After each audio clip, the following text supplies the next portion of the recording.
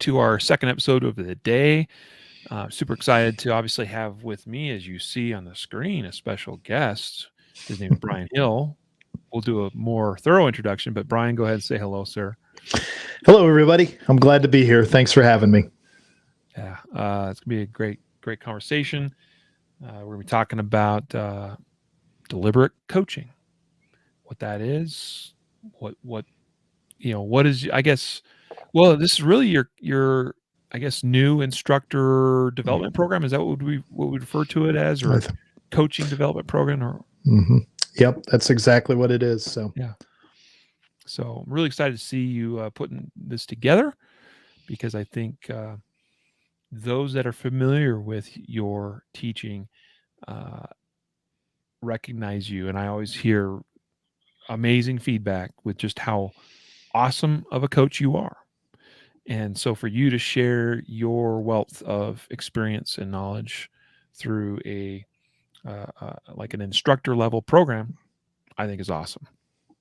So yeah, there's a big vacancy, so I wanted to help people that want to teach. Yeah, man.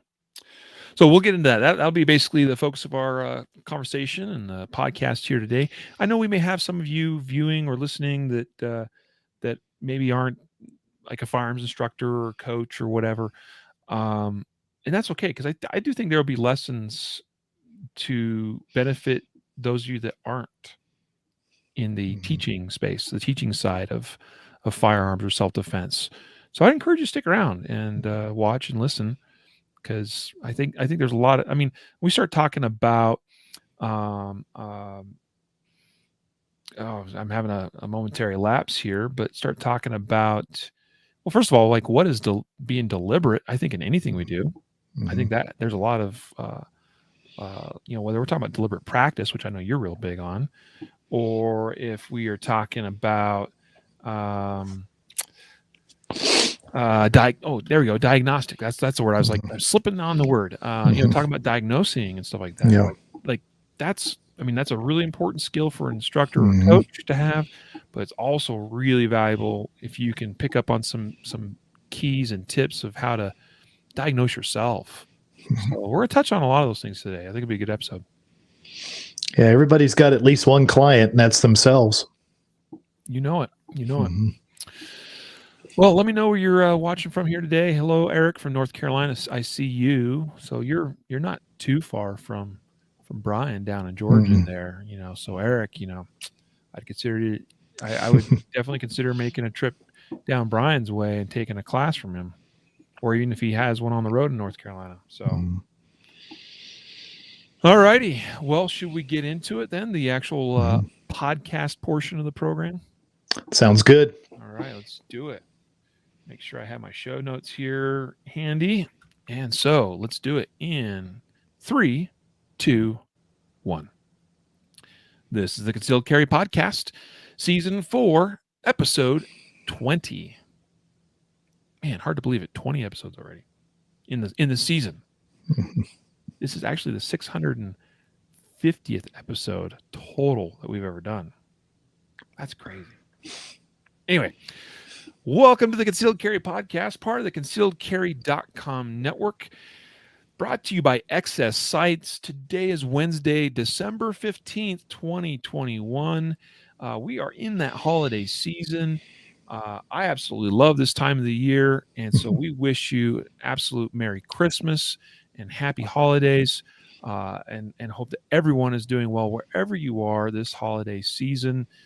We'll have a couple more episodes that will be recorded before Christmas, but this might be the last episode that's actually published to the podcast feed before Christmas. So I want to make sure I gave a shout out to all you and wishing you a Merry Christmas. I am your host, Riley Bowman, and I'm joined today by a special guest. We're going to promote you, Brian, to guest host. How about that?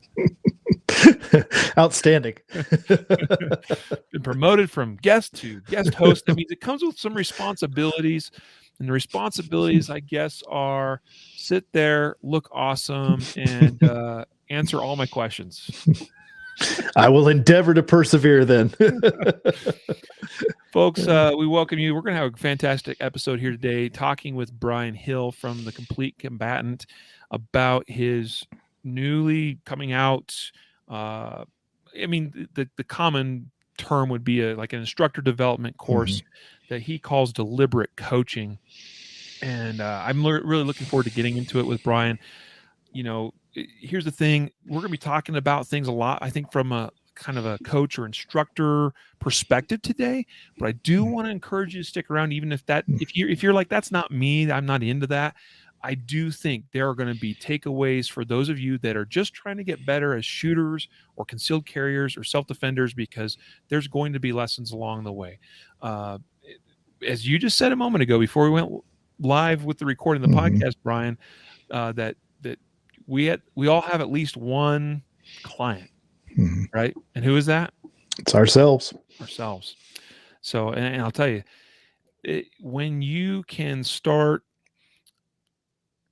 self-diagnosing, even just realizing like what you are going through, what you're experiencing, all of that, like when you become more self-aware of yourself, in whatever endeavor it is, but especially in the shooting discipline or anything self defense oriented, like I'll tell you, when I started making some strides in that regard, then I started really advancing as a shooter, because all of a sudden I didn't have to wait till my next class with an instructor to get that feedback. Now I was taking what I had already learned from others and from instructors, and then providing my own feedback loop, and bam, you just start really taking off. So it's going to be a valuable discussion here today, folks.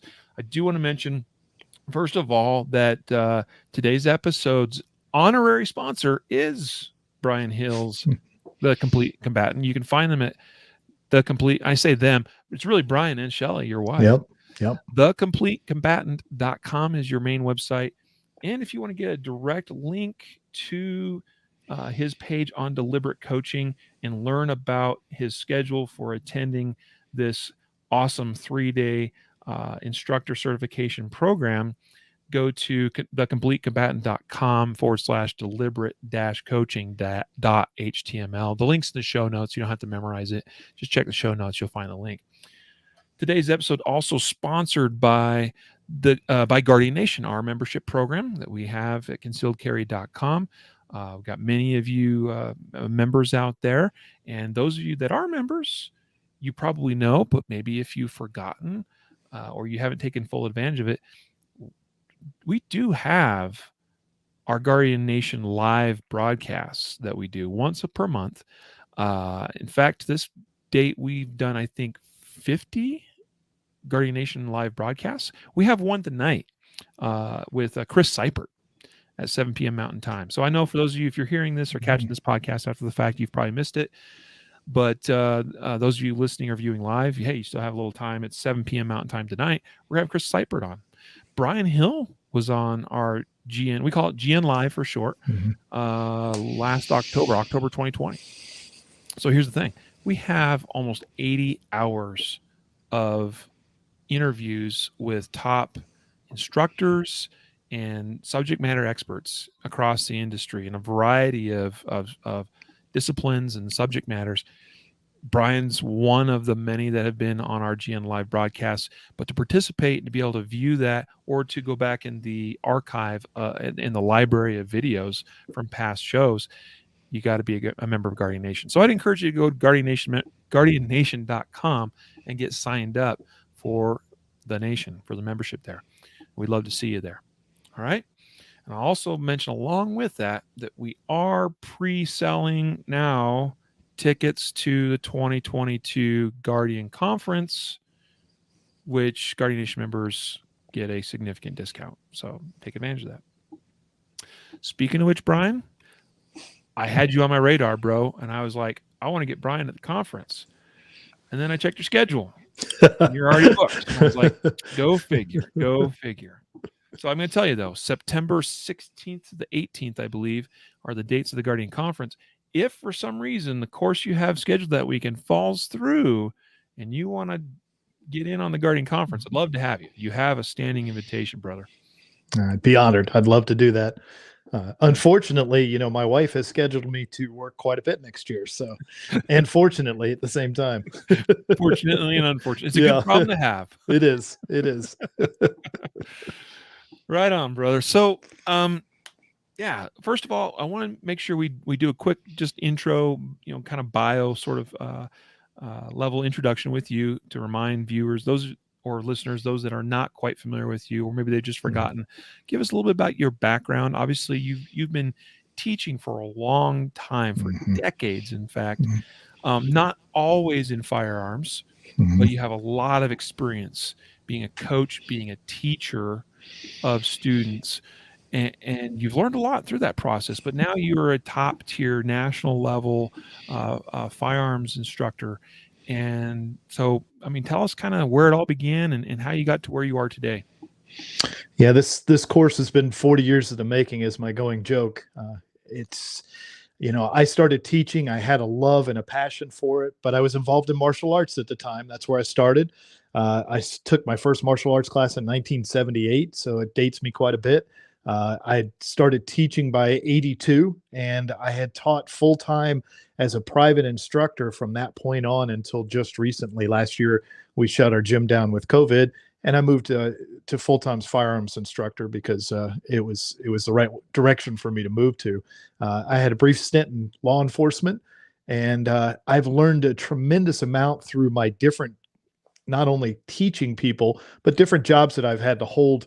Because really, teaching martial arts, I don't know if you guys know this, but it's not the best paying job in the world.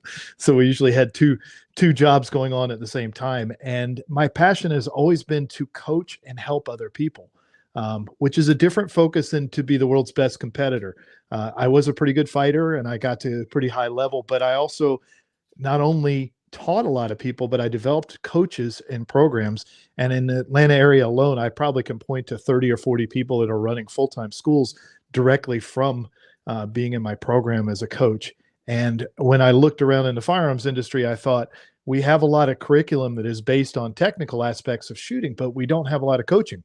And I think right now we're at the golden age of information with podcast, where you guys can get involved and learn stuff that you've never been able to learn before. But it's also very hard to implement a lot of information. It's hard to know what is good and how it affects you and how you can use it to the best of your ability. So it's a 40-year process of teaching different things.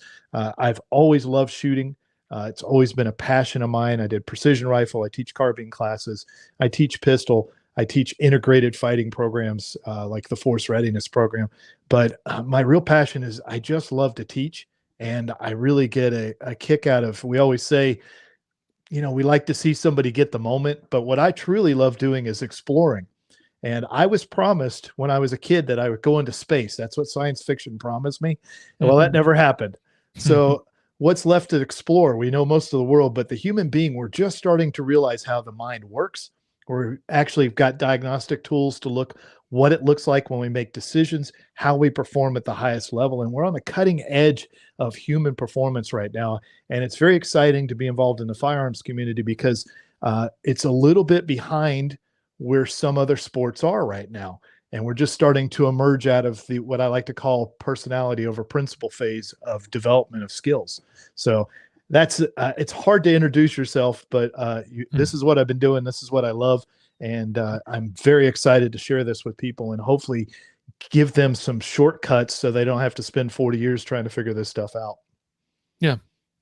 Well, and I'll tell you that is what you just said right there is one of the primary motivations for me being an instructor is in wanting to like it's really about wanting to share what I've learned, what I've discovered, what I've gone through in my own personal journey of seeking and learning and developing, and wanting to shortcut other people's Mhm. journey because Mhm. like I have struggled and struggled and struggled at times, and it's like you finally kind of get to where you get over some humps or you figure some things out, and Mhm. it's like, okay, who can I help Mhm. not walk that 40-year whatever through the desert of like trying to figure stuff out. Sometimes I'll tell you like that Mhm. that's a huge motivating factor for me in wanting to teach others.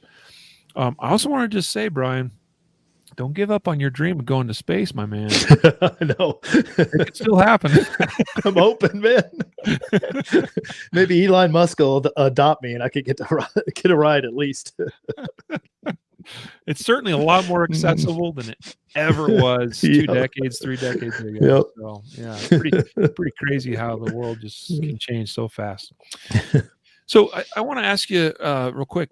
You're real big on using the term coaching Mhm. as opposed to maybe some other teaching or instructor type related terms. And I kind of wanted to just hear you, and I think for the benefit of our listeners, hear your definition of coaching and why the idea of coaching, like what it is and why it's important.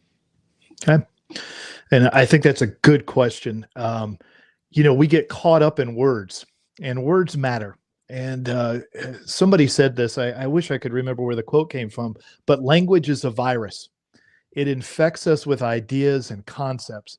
So I'm very careful in the words I choose because I want to paint a picture for the person I'm talking to. I don't want to just say things. I want it to be very deliberate, as my coaching is. But the thing that I believe that coaching is truly about is advocacy. When you have a good coach, they become your partner and they advocate for your success. I think movies have kind of ruined what people think real coaching is. If you've ever performed at a high athletic level and you have a good coach, they are somebody who looks inside you, helps you overcome fears, helps you become successful, and sees you for who you really are so that you have another set of eyes, another observer. As shooters, we know it's much more important to be the observer than the critic.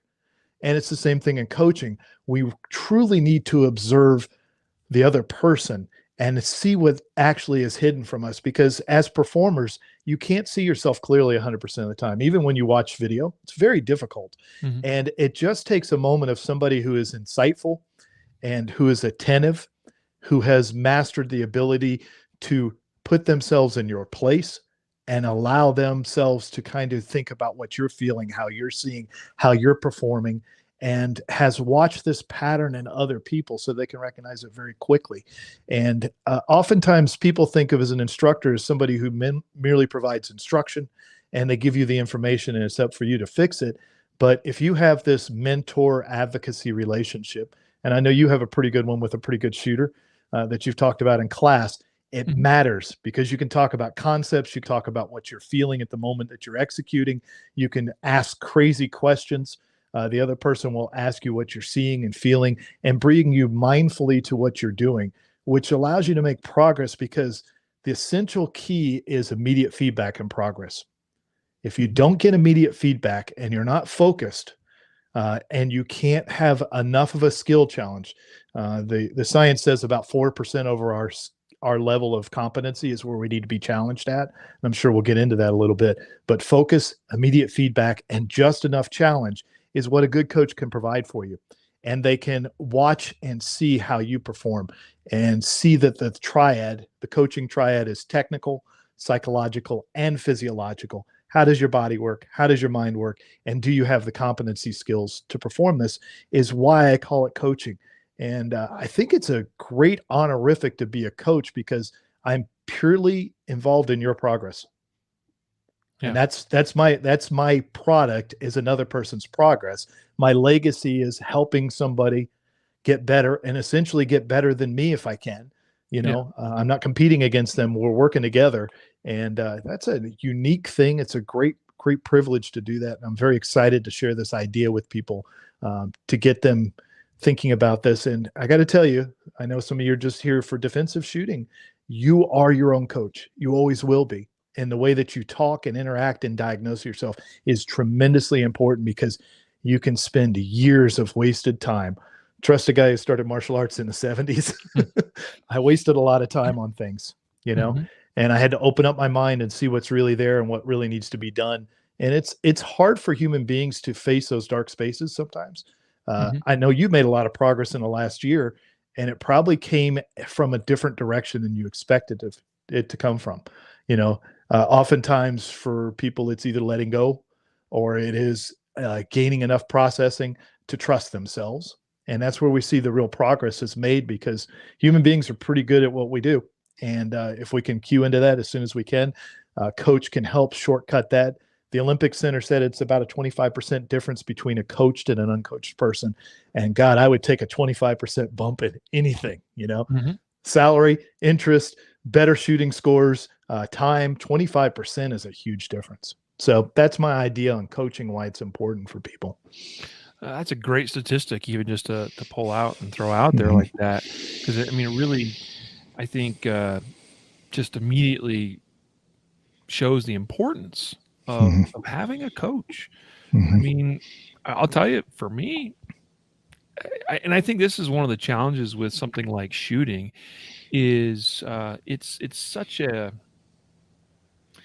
shooting is an interesting discipline because like you don't see a lot of people with respect to martial arts that just like, well, I guess I'm just going to go out in the backyard today and I'm going to do some, kicks and punches and stuff, like I'm going to practice my martial arts. But, meanwhile, you have this really the first American pastime of shooting, which Mhm. is embodied in our Constitution as a God-given right.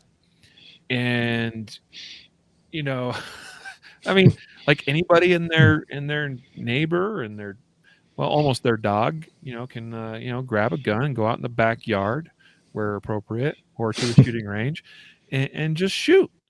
Mhm. And so we kind of come up in this sort of mindset where it's like, shooting, like that's just the thing we do. Like that's the great American pastime. Like what's this like going and taking classes and having Mhm. a coach stuff? Like I don't need that to like, to enjoy shooting, and that's certainly true. Like to enjoy it, you don't necessarily have Mhm. to get coached at it or get particularly really awesome at it. But it's an interesting discipline because Mhm. it just the way it's enjoyed by so many people, and a vast majority of those people that enjoy shooting don't always get out and get good quality training. And so for me, man, for years, like that was like hearing you say 25% difference between the Mhm. coach and uncoached. It's like, well, yeah, duh. Because Mhm. when I finally finally like started taking that seriously, oh wow, you get a lot better a lot quicker. Mhm. So Yep. um so again, you're really big on the idea of being deliberate in a lot of the things we do. You talked about the being deliberate in your language. The title for your program is Deliberate Coaching. So what is deliberate? Like and why is that Mhm. an important aspect? Like why do we append deliberate to the front of that word coaching we just discussed? Well, in the emergent neuroscience of the mind, one of the things that was really stressed was deliberate practice. A lot of us have heard that. What does deliberate practice means? Well, it means that we measure what we do. We have to have some hardcore measurable data. We need to have it from a lot of different people so that we have at least a baseline of what's performable for human people, human performance standards.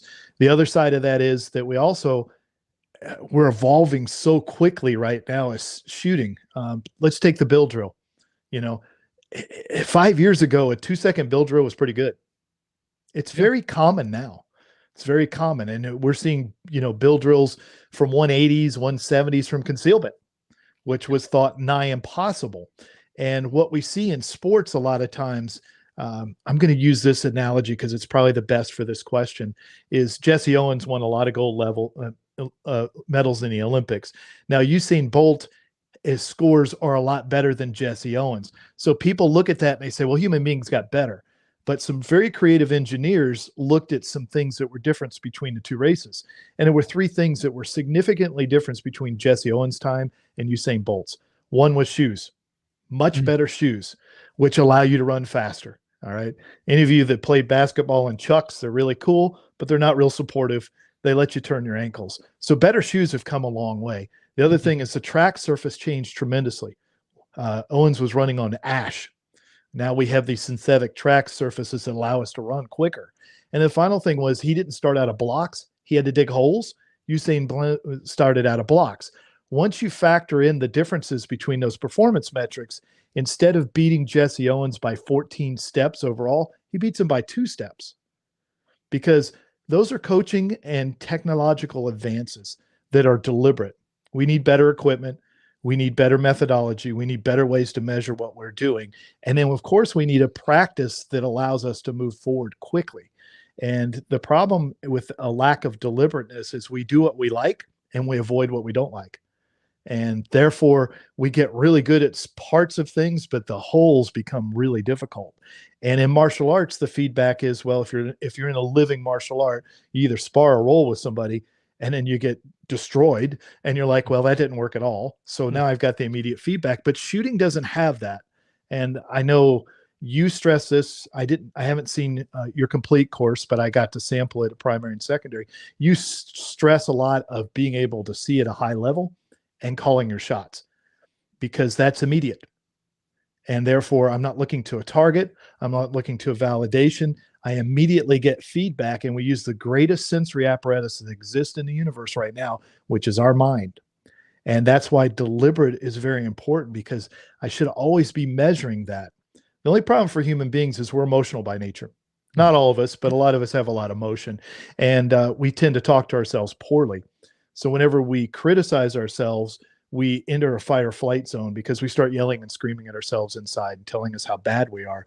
And the amygdala then takes that and overlays another memory on top of it, extra sensory information, because that part of the brain was built to keep us alive. So if we saw Bill get eaten by a bear, it would be a good idea to avoid bears. But during shooting, if you're doing that, what you're doing is you're overlaying your mistakes so that they're easily repeatable. And if we can teach people to correct themselves without emotion, all right, this is what I did wrong. Now I will change it immediately. Not only does the action become possible, it becomes more probable over time. And deliberate practice will yield probability. I think it's very interesting that USPSA uses percentages, because they mirror closely what coaches already know. That being able to do 95% or 85% or 75% of something. And that means if I was 95%, if I was a grandmaster, I still make 5 mistakes every 100 shots. That's what a percentage means. It doesn't mean I'm perfect. Mm-hmm. Now, as people have gotten better, those percentages have had to climb, because it's a living art now. We're getting the immediate feedback. It's being deliberate. And therefore, if you look at a grandmaster today, it's much different than a grandmaster of old. Much like martial arts was, we had to change, we had to evolve. If you look at a UFC fighter of today, and you look at one of the great old guys, and I'm not, I'm an older guy. I have master level instructor ranks. We were not as good, because we did not know how to practice. We made tremendous mistakes, and they're mistakes that seem really things that you should be doing. Like, we sparred too much. So it's like running, if you're a USPSA shooter, if you constantly run a stage over and over, that's really not the right way to train. What do? You make those mistakes constantly over and over, and you look for a problem. But if you deliberately practice, we're going to look at the parts of it. We're going to measure each part. We're going to see where time can be made up or where time's being lost. We're going to see what your decisional process is to it. Is there a technical flaw in it? And then deliberately, we will practice the parts that need to be improved. We'll combine them back together in a combination. And then we're going to learn how to manage stress in performance mode so that we become the best shooter possible. And the greatest thing about picking up a hobby or sport or skill like this is you learn to master the one thing that matters the most in the world, and that's you. Because you're going to face your small trials and errors in a very small arena that allows you to look and see yourself and be mirrored. And listen, I'm not very good at this, but I'm pretty good at that. And learn to build your self-image so you become a better shooter. So the idea of deliberateness is incredibly important. It has to have purpose. It has to have passion. It has to be autonomous. And that means you want to do it. And it has to be always self-directed in terms of it. And then we will seek mastery. And I think every human being should at least get really good at one thing in their life, and they probably already have. And once you've done that, you can add it to other things. So we're using the shortcuts of the mind to get better at what we do. And I think that's the deliberate part of this, if that all makes sense. Yeah. Well, dude, that's a fantastic explanation. there's a lot to unpack there, and I would encourage those of you listening to this that, boy, if you didn't catch that at all, I'd go back and re-listen to whole sections of that. But the basis of this is, hopefully we're here, and hopefully you're listening to this podcast because in some way you want to be a better version of yourself. You want to get better at whatever it is that is, top priority in your life. And the way we do that so far, we've established in this podcast, is that we've got two really good solutions. Number one, find and have a coach or multiple coaches. And two, be deliberate. And be deliberate in your practice and everything you do, and measure what you do and record it and hold yourself to standards. That's phenomenal. Like, how many shooters, Brian, in a general sense, like, actually, number one, have a coach, and number two, are deliberately practicing? It's not a very big number. So, like, people always want to, like, find these like, what's the secret sauce? Riley, how do I get as good as you, or Brian, or Jedi, or Rob Latham, whatever? And it's like, well, on some level, it's just doing the work in a productive manner, and then you also had somewhere along the way feedback loops, either from coaches or also from yourself, that just kept informing that process and refining it and refining it. Like, it takes work, and like the vast majority of people aren't even willing to put in the work. One thing that a coach offers you too that most people don't see is, if somebody does a good job coaching, they will get an immediate success out of you. They will make an improvement, and you will make an improvement. It's a pair, it's a team improvement. But if a person is good at diagnostic skills, he will look at you and say, I want you to do this one thing. And he'll get you to trust in that and talk you through it. And you'll have an immediate correction. And then you'll see an improvement. Now, it may not last forever, but in that moment, you realize, all right, I can be resilient and I can improve. Because, there's a whole group of people out there. We talk about the people who don't practice enough. Well, there's a whole group of people that practice too much. They're high on the conscientious scale. They're practicing really hard, and they're applying a lot of work to it, but they're overtraining or training in the wrong direction. So therefore they burn themselves out, and we don't see them anymore, and that happened to fighters a lot. And, I was training a guy today, and, I divide shooters into two categories. They're either impatient or indecisive. So for those of you who don't know language, what I'm saying is, either you're a speed shooter or you're an accuracy first shooter. Now, we know you can't choose. There's never been a choice. I don't know where that, I laugh about it, because I can only imagine in martial arts, if you heard a boxing instructor say to you, hey, slow down and get your hits in, you would laugh. You'd be like, that doesn't work. Right. So we got these two mindsets, but, and I think you and I are probably on the opposite ends of that spectrum. I watched you shoot. You're very fast. So you tend to be impatient. The clock's always running in your head. Yep. And your physical abilities allow you to accelerate very quickly. Mine's the other one. There's never enough information. I need to gather more, and the clock doesn't matter. So what would a coach do with us right away?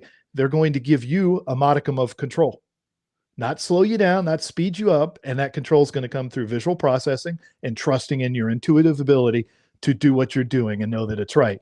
For me, the instructor is going to relieve me of the burden of control. I have too much structure. I have too much control, and I simply won't let go. Now, oftentimes that's talked about as where tactical shooters are unwilling to miss. And that's not really the whole process of it. We're unwilling to relinquish control because, if I was in law enforcement or I'm using it for personal protection, simply don't feel like I can miss. But that actual structural control may lead me to the very problem I don't want to have. And if an instructor can say, hey, listen, if you'll relax and perform, you'll be much better than if you bear down in structure. And the same thing for you. If you will let the clock go away and get out of that part of your head and assert your processing power to see that if your body can already move at this speed, your brain is commanding that, then you have control of that. And that's a real hard thing for people to get around. And that's where we waste tremendous amount of time in improvement. And I don't care what you do. It doesn't matter whether it's shooting, it's martial arts, you play the guitar. This same process, because there's always the one constant, which is a human being. Wow, a lot of truth just in what you said there too. That is a. I'm going to explore that line of thought a little bit more uh, myself. Not necessarily here in this podcast, but just the idea of being in control, and letting go, and versus Hmm. you know the opposite of that. So Hmm. that's really really insightful. I was actually thinking just how, like, so something I've been experimenting with a lot recently for myself is just continuing to try to let go of tension in my body and Hmm. also mentally, because the desire to go fast for me creates tension, Hmm. and I know that, and I've figured out a lot of that, but now it's getting a lot more nuanced. Hmm. As I've advanced more and more, it's like I get to where I'm like, I don't have any tension. I'm good. And then all of a sudden there'll be these aha moments where it's like, oh, I thought I was not tense. I thought I was. I try to be careful using the word relaxed. Um, there's a place and there's a context where it's appropriate to be relaxed. But you got to understand exactly what that means at times and not confuse it for things like, well, for instance, make the mistake of thinking, well, relaxed means I'm not going to be aggressive, Hmm. kind of thing. And Well, let so, me offer you a term. I can okay, offer you a term yeah, from coaching, from sports science. So, relaxation means the absence of tension, yep, you know, and tension means that we work on frequency, so we're engaging and constantly sending a signal to the muscle, so therefore it's tense. There are 625 muscles in the body. They're impaired opposites of each other. So that means they're balanced. One, when it contracts, makes the elbow bend. When the other one contracts, it makes it extend. If we want balance between the two, the term is called tone. So when an athlete is in proper tone, he is able to perform at the highest level because he has balanced the paired opposites of each other. So there's not excessive tension in one muscle group over the other. So when most people say they're too tense, it was like this thing, when we had the elbows out. hmm That is, and no offense to anybody, but that's personality driven. There's no athletics in the world that do this. It just doesn't work. We know that those are small muscles. You're on the road to tendonitis, and then the body informs you that you're doing something wrong by pain. But hmm since we're such hardcore people, we just kind of ignore the pain until the tendon gets holes in it and then eventually detaches and you have to have surgery. So that's too much tension. Now, too much relaxation is just like what you said, the body's utterly relaxed, which also feeds into the mind where it's not ready to go.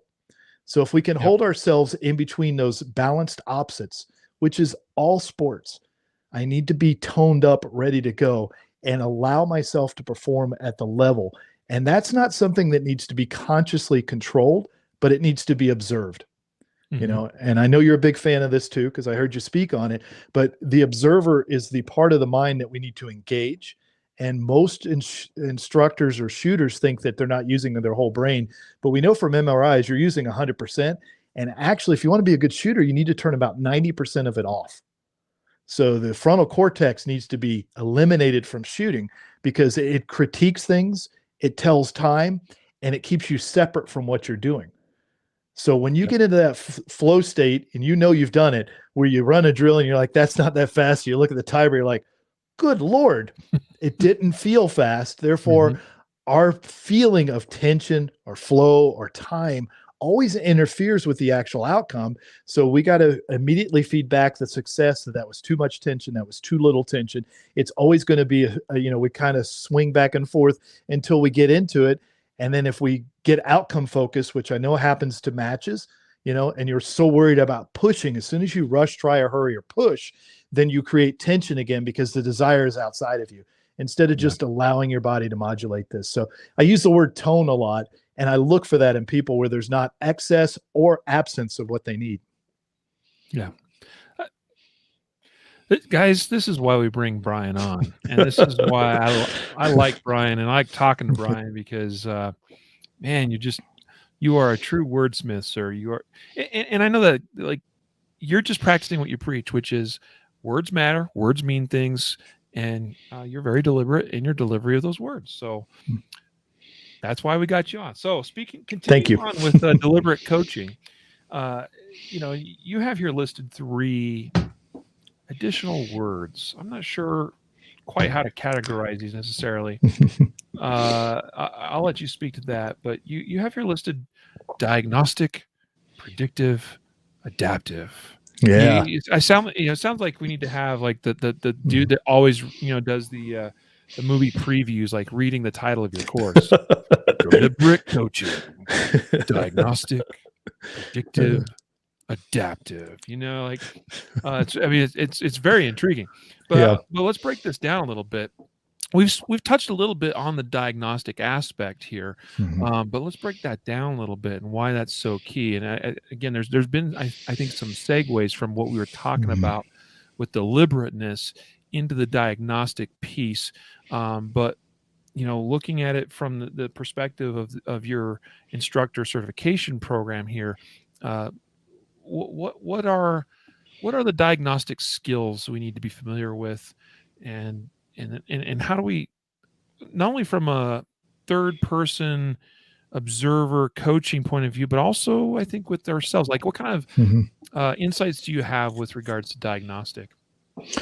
So the idea of predictive, diagnostic, and adaptive is important, because if I look at somebody and I look at their posture, I look at their build, I look at what kind of gear and where they carry it at, I watch them talk, I watch them interact with other people, I look for eye contact, and I see how quickly or how slowly they gather information or move on to the next thing, I'm going to have a very strong prediction of what I'm going to see. So let's Mm, put that back to shooting. When I draw the gun, 3 things can happen if I've decided to shoot. When it comes out, everything's correct, therefore I'm going to shoot. If it's not correct, and this is an intermediate or advanced skill, I'm going to correct the shoot, and then I'll do it. I'll correct the sights, I'll correct the index. And we know that only costs us about 0.2, 0.15 to correct, as opposed to looking and calling a shot afterwards, which is much slower. Or something's changed and I got to completely change the assessment. So in diagnostic skills, when I meet somebody, I start watching how they move, I start watching how their body is, I look at their hands, and I really start paying attention to them because I'm the observer. And then in my mind, I usually have a pretty good idea of what shooting problems they already have. When we talked last year, I talked about your eye contact. You're a very visually driven person, and your class was very visually driven too, because you're not just one. You listen well, you talk well, but the vision really guides it. And in shooting, it's kind of the essential thing. And I said, if I were to coach you, I would do this. I would cue my words to vision. I would cue to what I'm seeing and how it works so that I could communicate with you quickly. So that predictive part allows me to get to the diagnostic. Now, when I watch somebody, what's one of the most common problems that we see with shooting that everybody, we see a lot of people do? Maybe their grip is incorrect, but I don't know until I see them. And then I need to observe them a couple of times to make sure that I'm seeing what I'm seeing. Today, I had a very good shooter. Reminds me a lot of you. He's got phenomenal trigger speed. He's got phenomenal speed. And he was shooting, but the gun would hang up for a second and then come back down. Now that's an unusual problem. And I mm, watched, and I could have been a structural problem, but I know he's just changed from Glock to a 2011, and he has a little difference with grip. So the gun was returning quicker than he liked it to. mm, So he was creating a stop so he could manage it better. So mm, that became the diagnostic skill. And once I videoed it for him, we talked about it, then I showed him how it worked. And then he did it. And I said, now just let the gun return as quickly as it wants to. It cured the problem. That's where diagnostic ability really works. But those are not cues that we hear in classes. It could have been, hey, listen, tighten up your grip, or quit slapping the trigger, or you're not building structure. But we had to really look at is, where did the decision come from to hang the gun up in the air? mm, And why was he be rewarding himself for doing that? And how can we cure it in the quickest way? And for him, he's visually driven. So I just got him to watch the dot. And I said, I want you to see the dot come down as quickly as possible. I didn't really care whether the dot came down quick or not. I just wanted him to pay attention. And then mhm, once he paid attention, his body automatically corrected it. And the adaptation was for me, I've seen a new problem. I'm not really sure how to solve this one. So let's try something. And if it doesn't solve it in the first, second, or third try, I'm going to immediately pivot to a new direction instead of just keep telling him, if you do this for long enough, it'll work out. Because then we get back to the nonsense of doing something over and over and it'll correct itself eventually. It does work eventually, but it's such a hard way to do things, and having somebody who understands how the body works, how the mind works, and what the technical capabilities of shooting are, and then has watched this pattern over and over, has recognition prime decision making skills, which Gary Klein is the one that coined that. I recommend all of you to read that. It's Sources of Power. It's a great book, but it talks about how our mind doesn't do a comparative analysis. It makes one decision right away and it goes with good enough. So for coaches, what we're looking for in diagnostics is what gets us to good enough. What gets us to good enough? And what will tell you if it's good enough is it's always the target. So does the target allow you to shoot at that speed? I don't care if it's in the center of the center. Did you do what was asked of you in the time allotted? So we want accuracy, precision. We want a speed and efficiency, and then be able to perform it. And then sometimes we see, I know you've seen this in class, like somebody shoots pretty well in practice, and as soon as you put them on the clock or under pressure, they go to pieces. And they actually reaffirm that. You'll ask them if they're ready, and they'll go, I guess so, which means they're not. Yep. And the best thing a coach can do diagnostically is to stop them right there, not in a match, but in practice, and ask, what would get you ready sooner? How can I get you ready that you're going to greet this go signal as the thing that you came here for? Because I don't know about you, but I hate standing around. I hate waiting for things. I want to shoot the gun. I want to get to the process of that. And that's what we have to instill in our clients. So these diagnostic skills are very wide ranging. And I don't mean to offend anybody, but there's a generic set of corrections that are offered that may not be correct, like slapping the trigger. I don't see that as a problem. We've talked about this. You talked about it in class. That is usually not the problem. Anticipation. Scott talks about that. That's what it is. We all got our thing that we just, we can't stand. And this becomes the easiest way for somebody to tell you how to fix it. And then if you don't fix it, it's your fault. And so therefore the coach is absolving themselves of the responsibility of predicting what's about to happen, diagnosing it, and adapting to it and helping you get over it. And some problems are very, very quick to fix, and some are going to take more time. But that's the essence of being those three words. And that's why I picked them for that, because I want people to start all the things that they preach in the self-defense community of observing pre-assault indicators. Why aren't you observing your clients the same way? What is their arousal level? Psychological term for how excited you are or how underexcited you are. Because some people disassociate. They come to the line, they're not there. They just check out.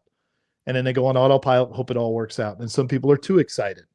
So as a coach, I should be prepared to see these things. And I know you've experienced this as a coach, and I know you've had somebody do it to you where they were ahead of you. We preach getting ahead of the shooting cycle. So why don't we get ahead of the coaching cycle and be prepared and wait there? And if we see what we thought we saw, we can correct it. If it's something different, we can adapt to it and then make the diagnosis to it. And it's incredible how easy it is to get human beings to do the right thing if you simply can communicate effectively what needs to be done. Well, this is a level of this is what 40 years of coaching experience brings to a person. Man, like this is okay. I think I said this about Chris Seipert's episode I had him on last week. I was like, this is one of those I'm going to go back and listen to again and maybe again. And Brian, man, geez. Chris is brilliant too, isn't he?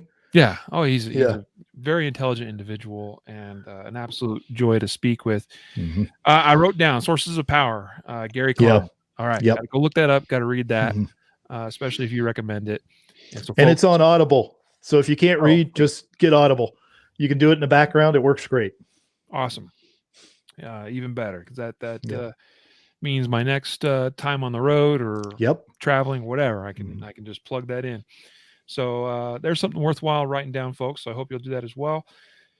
All right. So, dude, there's as you were kind of explaining all that and walking us through that, I want to pick at you a little bit more about. You mentioned some specific characteristics and areas that you pay attention to a student in? Uh, could you break that down a little bit? Kind of go to the next level on with that for us a little bit, because there was some stuff there. I was like, I think I probably pick up on those things more intuitively, but it's always better, I think, especially as a coach, to be more deliberate about, Yep. like, let's pay attention to this, and this to help better ascertain who this individual is I'm working with, and thereby predictively be able to help them better. So could you unpackage some of that a little bit more about what are some of the specific, whether it's body language, the words that the student uses, or whatever it is, those areas that you mentioned. Maybe you could rehash that for us a little bit. I thought that was really, really fascinating. So there's three things a coach really needs to be good at. One, he needs to be a good presenter. If you're not a good presenter, you're going to lose your message. You need to be technically competent. You may not be the best shooter, but you need to be good. You know, you need to be fairly high level. It doesn't mean you have to be a national champion, but you should be very good because your passion leads you to that. And that's why you did this anyway. But the final one is EQ. You need to be good with people. You need to create connections.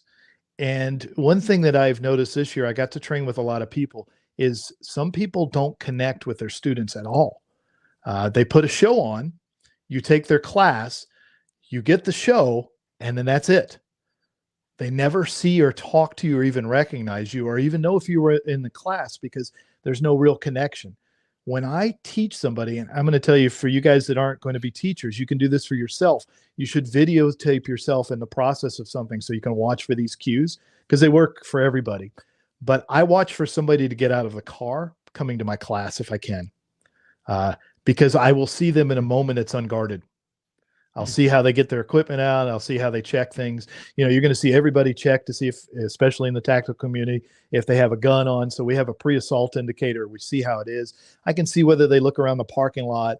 And then how they approach me is really important. You know, you were good at greeting people and talking to people, and you make very direct eye contact. But if you get somebody who's more word driven, they're not going to look you in the eye. They're going to do this a lot. And it feels disrespectful to the looker, but what it means is they're savoring and turning over your words. So as soon as I see that, I know that when I go to coach somebody, I need to put that in their area. When I talk to them, I'm going to be visually descriptive in my words, but also I'm really going to make sure that I really try to resonate with them. Body posture is probably the key athletic developer. You know, if you have poor posture, it's going to show up everywhere in your shooting. And most of us sit so much that our shoulders are rolled forward, our heads forward. And if I tell you, hey, don't crouch over during shooting, that's not going to change that. What I have to do is teach you to build a base up so that you have postural stability. I'm not a big fan of the word stance because you know this very well. There is no such thing, especially when you're going and moving. Yeah. But there is postural stability, and that's what allows us to exercise it. I'm going to watch how they make a decision, which is the hardest thing in the world for people. But the impatient people are going to get antsy pretty quick and want to move on, you know, and then you feel that as a coach as pressure. But what it really means is they're ready to go do. And then the people that are hesitant are always going to ask for more information. They're going to seek more information from you. So I'm going to handle both groups very differently. I'm going to get the other one in that wants to go into measuring themselves a little bit and be a little more reflective so they can feel those pressures so they can manage it. And then the person that's indecisive and waiting, I'm going to get them involved in the doing as soon as possible so that I can shut that part of their mind down and that they get involved in the process of doing it. And you know, it's funny, in the tactical community, we talk about managing unknown contacts, and that's Craig Douglas's term. Yep. And I took his class this year. He's an exceptionally good instructor. It's one of the few that I met has those three categories, but I call it managing unknown clients because I'm going to be working with you. The same thing that I would do on the street in my observational skills should be turned on the person I'm about to work with. And then gear selection tells you a tremendous amount of a person, who they are and how they make decisions. And then their comfort level, how they interact with other people is incredibly important. Some people will be very introverted in a way. They'll sit towards the back of the class if there's a seated area. Some people are very extroverted, but they also may seek to control your class from the beginning.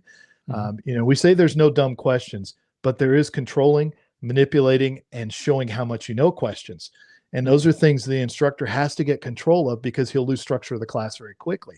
So being able to deflect or defer those questions and get everybody into a process of learning as soon as possible is what the goal of. And if I tell shooters they must observe themselves shooting, I must observe the shooter.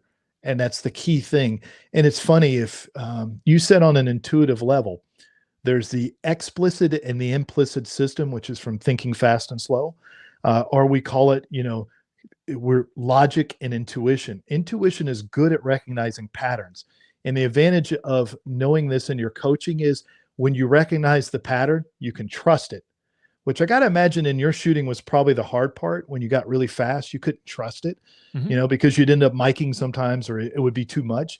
And as you grew in trust of yourself, then you recognize that pattern. And that's particularly why people that are more geared towards speeds are easier to teach, because all we have to do is teach a bit of trust instead of a relinquishment of control. But this whole observational pattern is incredibly useful. And then let's think about the other side, influencing friends, making friends. What's the best thing you can do with another person is be interested in them. That's your job. You're here to teach. And if you're teaching yourself, you should be really interested in what you're seeing. All right. And then ask questions to get and get some information out of them. I always ask everybody, hey, what do you do? What are you good at? Yeah. Because then I can make a comparison between the two. If you were a good athlete, God, you're going to be easy to teach because you're already done sports. So I don't have to start from the basic. If you're a musician, you already know all this stuff, and I know you're a musician, so I'm just going to hit all your cues. But that's what I did when I met you. Yep. Is I found out as much information, and then I record it because it's the most important thing in the world, because those things are going to give me a key to real progress with you. And now we're connected. If I'm going to say I need to be connected to you, I better be really interested in you, because human beings are incredibly interesting, and that connection to them is easy. You don't have to fake it. You just have to say, who is this guy? Where'd he come from? Where did she learn this? How does this work? What are they thinking? What background do they have? How can we string these things not only vertically, but sideways? Hey, listen, you play music, and this is very similar. Every musician turns into a pretty good shooter because musicians know what? You got to practice.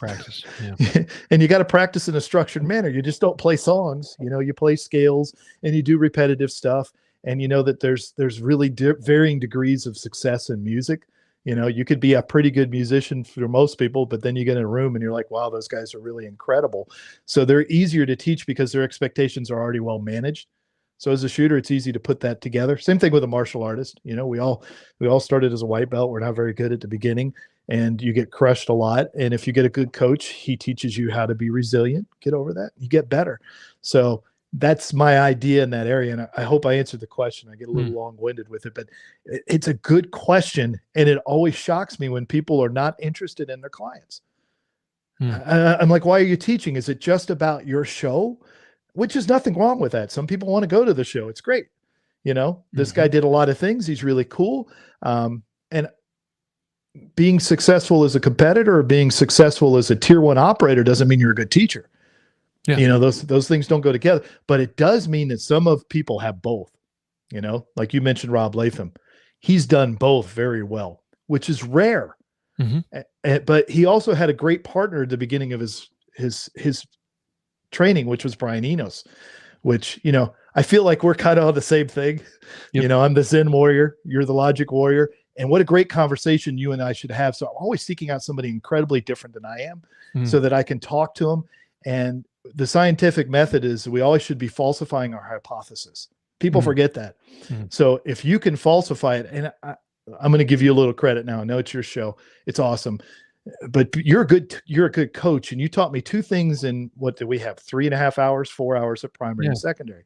And one was contradicted to everything I'd ever done in my life, which was your drill with putting the finger to the front of the trigger guard and slamming through it. Now I'd heard that before, but the ground was fertile. You said it right. And then you made it in a way that I wanted to try it. And suddenly I went from, my splits have always been 0.2. I'm like a friggin' human metronome, which is the control issue. I come back to the range and suddenly 16s are showing up. Because you know what I convinced myself of? That didn't matter.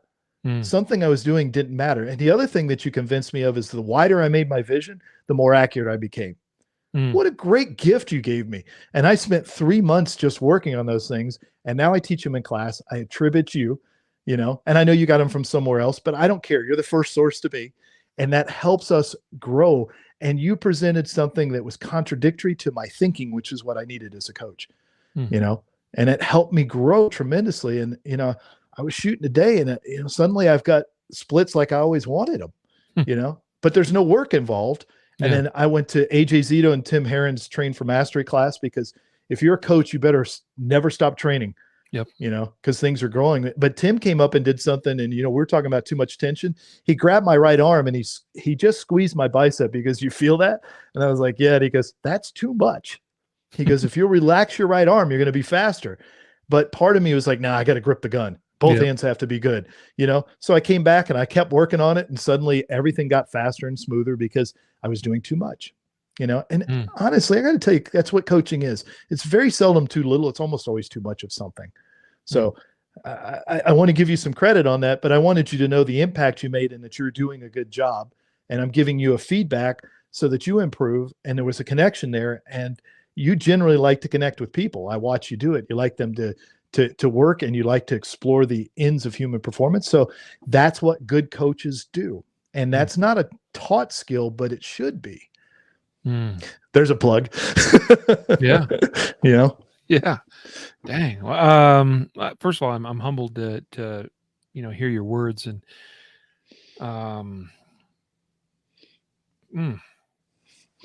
but you're an earnest instructor, you know, that's, you just love, you wanted to help people. That's apparent from the moment that I stepped on to the range with you. And I can't say that's true with everybody, you know? And I've gone to classes, and there's a couple of people, I'll never take their class again because it was about them. Even when I did well, they took credit for it.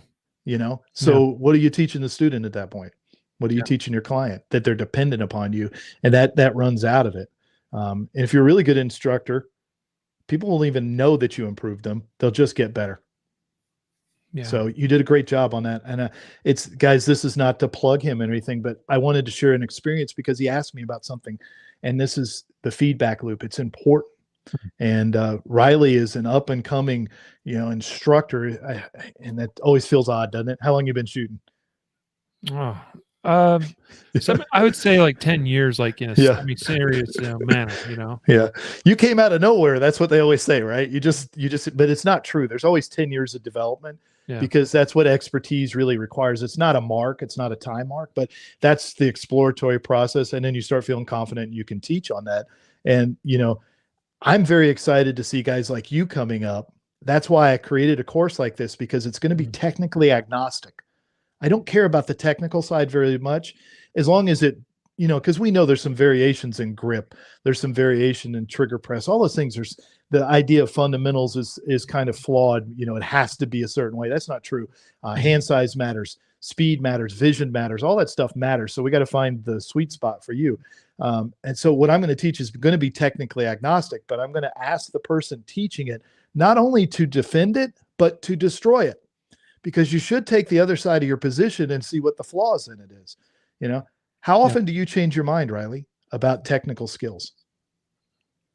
That's an interesting question. How often? I would say as often as I'm able to. Yeah. Frankly. So what's the problem with not changing? It means you're stubborn. Yeah. You're clinging in it. And this goes back to filters. There's conservative filters and liberal filters. Please don't put the political part of that in there. But if I'm conservatively driven with information, it means I let little information in, but nothing escapes. So once I program it, it's mine forever. That's your accuracy shooter. A more liberal filter lets everything in, but they have a hard time holding on to stuff. So they're constantly jumping from one thing to the next. New gun, new holster, new training. This guy's the best trainer in the world. What we all need to be doing is we can be two things in life. We can be right or we can be certain, but very seldom will we be both at the same time. And if you're legitimately seeking better performance, you're never certain that you're doing the right thing. You may be right, but in 3 weeks, you may change your mind. So every time somebody comes to the class, I'm like, listen, This is the class now, but it will be different because it's alive. It's living and it's surrounded by people, and we're going to continue to grow. So it's good that you change your mind. It's good that you do this, but you also have to think about what's the other side of it. Anybody says there's only one way shuts down attention at that point forever. Either the person's going to buy into your way or they're out, Mhm. and there's not, it got brought up in my class today. Rob Latham's video, Aiming is Useless, Mhm. broke the internet. Did anybody listen to the message though? Mm. It was a tricky title. I don't think he Yep. was in charge of the title, right? Nope. But the message was stellar. And then I got it from two other sources. I got it from another guy who's trained with him, and then I heard it from you again. And boy, Mhm. it all just clicked together because I Yep. was not stubborn enough to get stuck. Yeah. So, Yeah. I just a little sidebar. I've taken several of his videos because Rob doesn't have a lot of actual written content out there, and I have transcribed them because there's a couple of those videos like that one out there that it's like if you just like watch the video, and if you're not really paying attention or close attention, you might miss the real message, right? And so that's where I picked up a few things. Was like, all right, let's transcribe this because there's something here, and then you start reading through it, and you read it again, and you read it a third time, you're like, oh, this is good. So yeah, that's been actually a real help to me, and I'll go back and refer to a couple of those things that I have written down of his. Brian, you've got coming up in Florida a 3-day deliberate coaching course. It's a Friday, Saturday, Sunday, the January 14th to the 16th. This is the first time you're running that course officially? Yep. This will be our inaugural course. So 40 years in the making. and we were talking beforehand, like I would really like to be there. It's unfortunate that SHOT Show is like the next, well, I'm supposed to be in Vegas on Monday, so it's like, because I'd really like to be a part of the first time you run this too. But in case I am not able to make it, although, there's a certain part of me that's like, please, SHOT Show get canceled. So and I'll go hang out with Brian for 3 days in January. What can folks expect? If I'm throwing this out there. Hopefully, people will go check this out, get signed up. I think based on just our conversation today, this would be absolutely worthwhile. What can they expect in that 3-day deliberate coaching course? I broke it down to the 3 parts: the client, and that could be you, the coach, and then the teaching. And the idea is to put neuroscience behind the teaching, understand how the brain works, how it works for you, how it works for somebody else, to understand how to communicate effectively and be a good presenter at the same time or with other people, and understand the basis of the performance metrics that we all have to do. And I'm going to do something. I'm not going to give away a big part of it, but it's something that's important. You will coach somebody else in that class, and that's how you will be judged and tested as your coaching performance. So most instructors classes, you go and it's a curriculum based thing. Here's the curriculum, learn the curriculum, shoot the curriculum, now go teach the curriculum. And this will be the opposite. You will build a curriculum of your own because we're already all doing that. And we will learn how to improve it, defend it, take it apart, put it back together, how the metrics affect what you're seeing, when to change directions, when to pivot, when to improve, when to abandon something, because that's often hard for instructors. We love things, but sometimes we don't get the results that we want to. How to take advantage of surprise information. Like I teach the compressed surprise trigger break. It's not really a surprise, but we know that's what it was named. And what I found out is it's the easiest way to get people to shoot accurately, because as soon as they're waiting for the timer to go off, they do everything else pretty well, which was a surprising unintended consequence. So in this class, what we're going to do is explore that and how to teach people to create a set of fundamentals that truly work for the human being, such as postural stability. I put grip and posture together because they really can't be separated. You don't grip with your hands, you grip with the back of your shoulders, you grip with your arms, and then that's connected to your core and how your legs are set up. So your whole body's involved in that. Sights and trigger can never be divorced from each other, nor should they. What you're seeing tells you how fast to press the trigger on the target, and how you're pressing the trigger and affecting the sights is what tells you what speed. So they got to go together. And then I teach what I call process instead of follow through, because follow through is an archery term, and we have to release the arrow and let it pass the bow. And that's not what happens with pistol shooting.